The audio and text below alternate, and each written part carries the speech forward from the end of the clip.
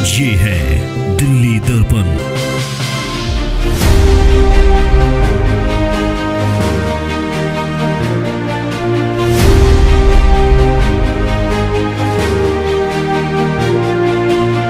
भारतीय संस्कृति के संस्कार हैं, वो युवा पीढ़ी में किताबों के माध्यम से ही जा सकते हैं। आज उस हेरिटेज को आगे बढ़ाने का काम पब्लिशिंग इंडस्ट्री कर रही है।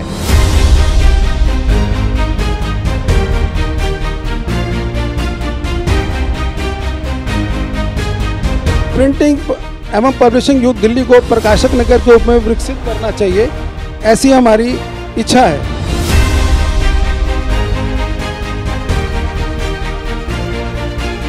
एआई कभी खतरा नहीं होगा पब्लिशिंग के लिए। हमारे हिसाब से तो ये एक वरदान ही है।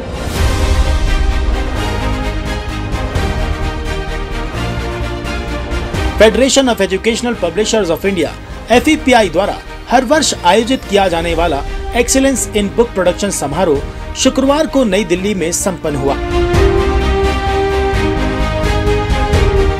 इस अवसर पर केंद्रीय मंत्री हर्ष मल्होत्रा भी मुख्य अतिथि के रूप में शामिल रहे। हर्ष मल्होत्रा ने FEPI के प्रमुख पदाधिकारियों के साथ अलग अलग कैटेगरी के प्रकाशकों को अवार्ड्स दिए। इस मौके पर हर्ष मल्होत्रा ने इस संस्था के योगदान की तारीफ की।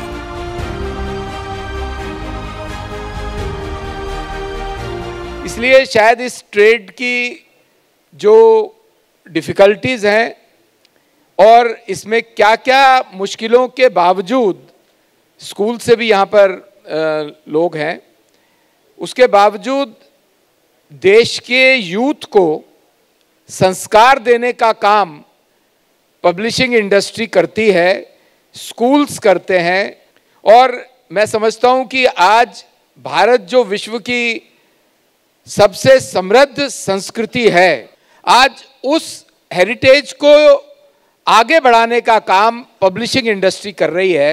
और भारत विश्व गुरु बने, इस बात के लिए भी आप लोग प्रयासरत हैं, क्योंकि जो भारतीय संस्कृति के संस्कार हैं, वो युवा पीढ़ी में किताबों के माध्यम से ही जा सकते हैं। इस मौके पर देश के शिक्षा जगत से जुड़े हर वर्ग के लोग जैसे पब्लिशर्स, स्कूलों की एसोसिएशन, लेखक, शिक्षाविद आदि बड़ी संख्या में मौजूद रहे।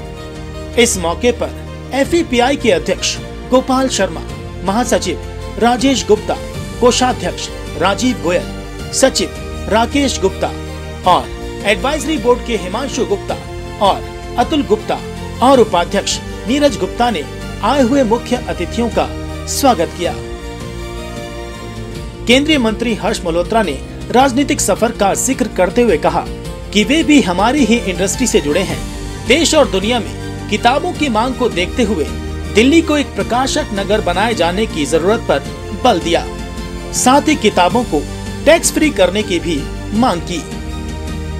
यह वह समय है जब हम कह सकते हैं कि हम कॉपी नहीं करते, हम क्रिएट करते हैं।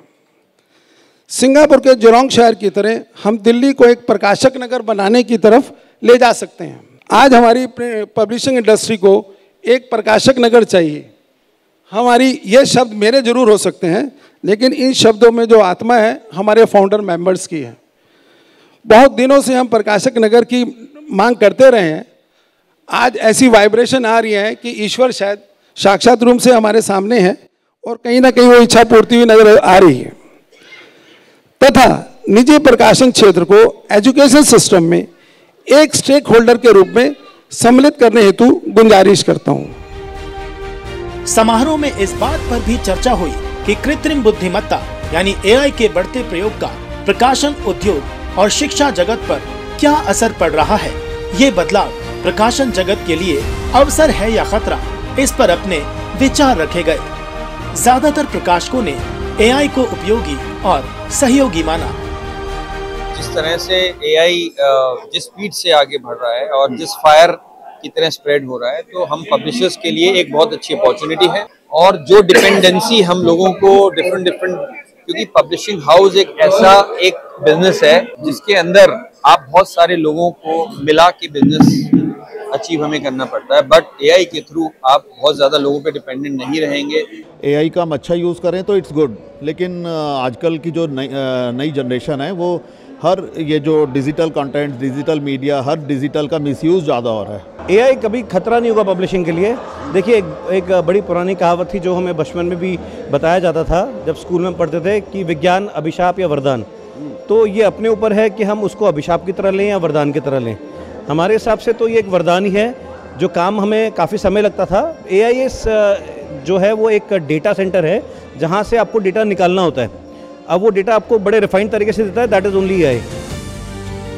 FEPI हर वर्ष उन प्रकाशकों, लेखकों और संस्थानों को सम्मानित करती है जिन्होंने प्रकाशन उद्योग में क्वालिटी बुक पब्लिशिंग में उल्लेखनीय योगदान दिया है।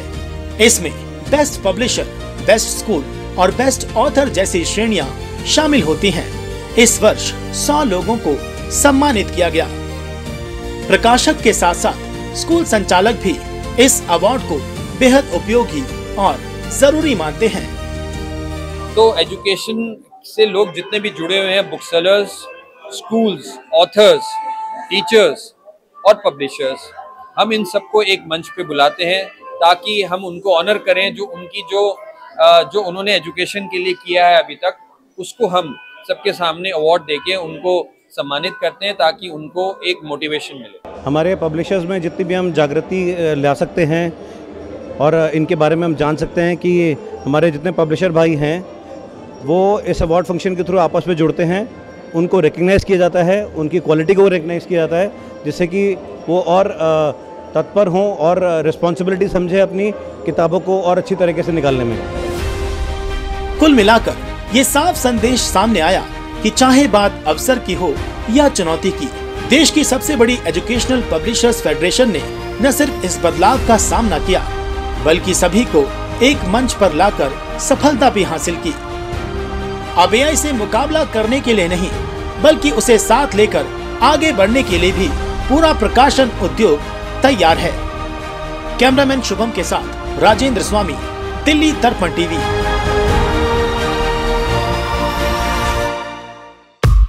लेटेस्ट खबरों के लिए सब्सक्राइब करें हमारा YouTube चैनल या फिर लॉग ऑन करें www.delhidarpantv.com। खबरों की कवरेज और विज्ञापनों के लिए संपर्क करें।